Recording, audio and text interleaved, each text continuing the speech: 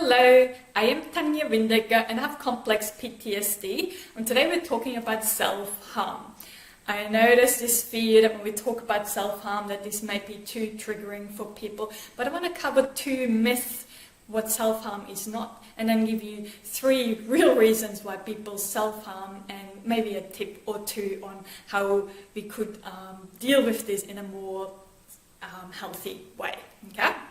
So the myth number two is that people believe, some of them believe, that self-harm is a failed suicide attempt. And this is so not the case, and you'll know when I talk about the three real reasons.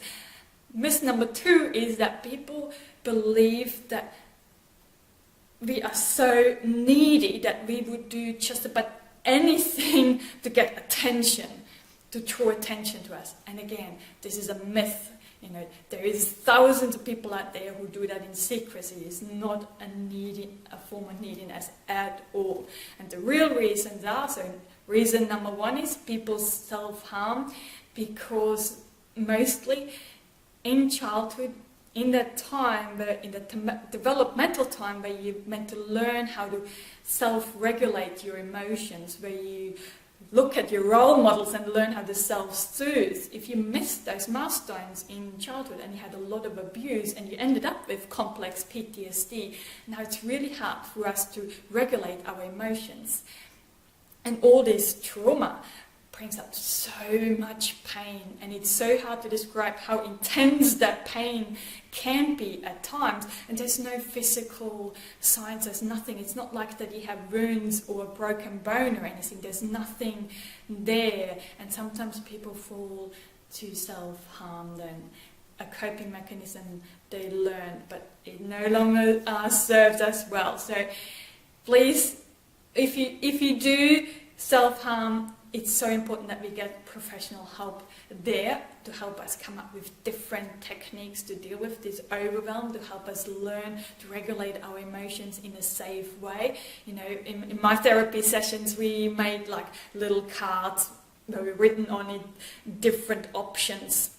Because when we're actually in crisis, we can't come up with options, okay? Our prefrontal cortex is offline, it's not working, it's not functioning, so we need cues around the house. So I taped this around the things that I used to self-harm, to remind myself when I was about to, and I saw that sign that helped me do something different there. Again, you know, please get a professional to help you come up with some options there as for yourself. So reason number two, people self-harm, is that they just continue to treat themselves the way abusive people treated them in the past. They just feel so useless and so bad and horrible that they feel that they don't deserve being treated kindly. So they treat themselves really horrible. And if this is the case for you as well, then we really need to give ourselves permission to be kind with ourselves. We do not have to continue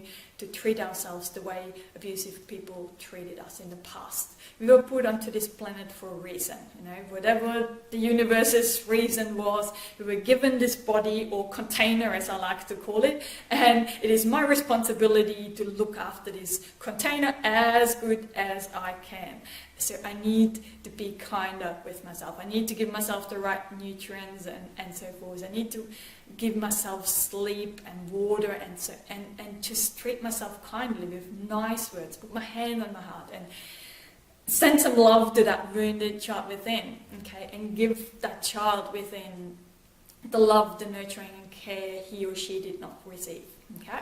So reason number three, people self-harm, and that was a big one for myself personally, is when I was going through weeks or months on end where I just felt so numb. There was just nothing. It almost feels like you're dead or you're just not really fully alive. And one of my very unhealthy checking points there was self-harm, to check in with myself. Am I still alive? You know, do I still exist? And please, again, you know, seek a professional to help you find different ways. Or maybe you can share your techniques down below as well with us. What are things that you tried to help yourself to get yourself to feeling again. I did some other videos on these not long ago, but one of my favorite was ice cubes. You can rub ice cubes in the palm of your head, palm of your hand or your feet, or walking bare feet. I live in tropical Queensland, so walking bare feet is nice, even in the rain, because even the rain is actually warm here.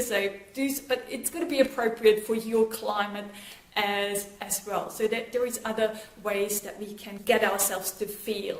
There's other sensory techniques there. You can Google that. There's a whole a big list available there where you can choose from. And again, make yourself little cards or something, or some prompts or I had a crisis box, a little shoe box that had all these things, all these ideas in there that I could do to either bring my emotions back down or waking my emotions back up, because in my case, both happened. Okay, so maybe you need a little crisis box as well. I don't know what it is for you, but please don't keep it a secret.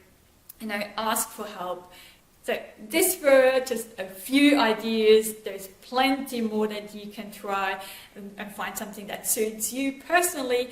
And always use the chat role and ask questions, or maybe you want to share your techniques that you have there with us as well. That would be awesome. But in the meantime, as always, lots and lots of love and rainbows to brighten up the tough times just a little.